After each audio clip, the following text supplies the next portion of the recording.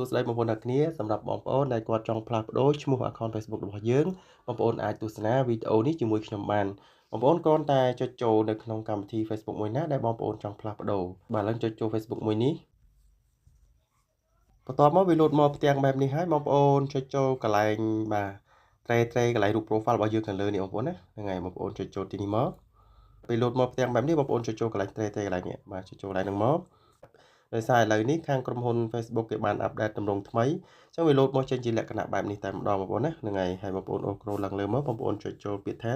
Setting and Privacy បងប្អូននេះឃើញទេបាទកន្លែងសញ្ញាលីបកង់ហ្នឹងបងប្អូនក៏ចុចសញ្ញាក្បាលព្រួយហ្នឹងមកនេះតម្លាក់ចុះក្រោមហ្នឹងបងប្អូនណាចុចចូលហើយបងប្អូនចុចចូលពាក្យថា Setting បងប្អូនណានេះឃើញទេបាទ Setting បងប្អូនចុចចូលកន្លែងពាក្យថា Setting ហ្នឹងការកំណត់បងប្អូនណាចុចចូលឥឡូវវាលោតឲ្យយើងទៅបន្តទៀតហើយបងប្អូនណាហ្នឹងហើយបងប្អូនចុចចូលកន្លែង personal detail បងប្អូនណាហ្នឹងចុចចូលកន្លែងនេះមកខាងលើគេបង្អស់ហ្នឹងបងប្អូនចុចចូលមកហើយបងប្អូនចុចចូលកន្លែងបាទ profile ឈ្មោះរបស់យើងហ្នឹងបងប្អូនណាហ្នឹងហើយនេះបងប្អូនឃើញបាទចុចចូលបងប្អូនចុចចូលកន្លែងឈ្មោះ Facebook របស់យើងហ្នឹងមកបន្ទាប់មកបងប្អូនមើលកន្លែងនេះបាទ name បងប្អូនចុចសញ្ញាក្បាលព្រួយនេះមកបាទដើម្បីយើងទៅផ្លាស់ប្ដូរឈ្មោះរបស់យើង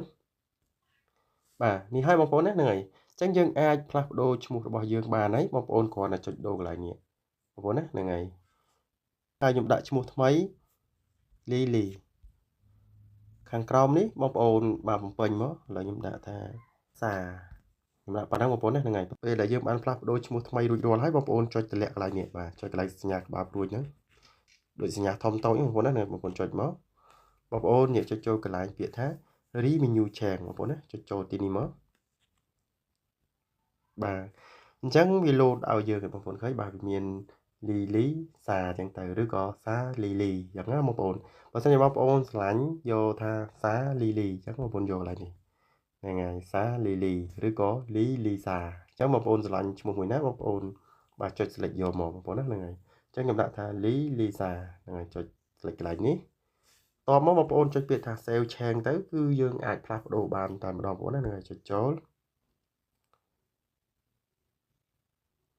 បងប្អូនរងចាំតិចសិន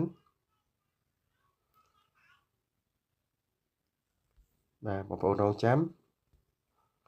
ឡូវវាពងតែដំណើរការទេបងប្អូនណាហ្នឹងហើយគេដាក់កន្លែងនេះរយៈពេល60ថ្ងៃហ្នឹងបើសិនជាបងប្អូនចង់ផ្លាស់ប្ដូរអាចផ្លាស់ប្ដូរបានម្ដងទៀតបងប្អូនណាហ្នឹងហើយឥឡូវយើងបានផ្លាស់ប្ដូររួចរាល់ហើយគេបញ្ជាក់ឲ្យយើងចឹងណាបងប្អូនណាហ្នឹងហើយបើសិនជាបងប្អូនបាទចង់ផ្លាស់ប្ដូរឈ្មោះ Facebook នឹងម្ដងទៀតទាន់តែរយៈពេល2ខែបាទ60ថ្ងៃបងប្អូនណាហ្នឹងហើយបានយើងអាចផ្លាស់ប្ដូរបាទឈ្មោះ account Facebook ហ្នឹងបានម្ដងទៀតបងប្អូនអញ្ចឹងបងប្អូនចុចមកយើងបានផ្លាស់ប្ដូររួចរាល់ហើយបាទបងប្អូនចុចមកបងប្អូន refresh មកនេះនឹងលោតលេងលីសារៀលទៀតហើយបងប្អូនហ្នឹងហើយលីសាម្ដងបងប្អូន refresh មកនេះបងប្អូនឃើញបាទអញ្ចឹងយើងបានបាទផ្លាស់ប្ដូរឈ្មោះ account Facebook រួចរាល់ហើយបើសិនជាបងប្អូនចង់ផ្លាស់ប្ដូរអីណាហ្នឹងហើយអញ្ចឹងបងប្អូនអាចអនុវត្តតាមវីដេអូរបស់ខ្ញុំបានបាទអរគុណសម្រាប់ការទស្សនាវីដេអូមួយនេះតាំងពីដើមរហូតដល់ចប់បាទសូមជម្រាបលា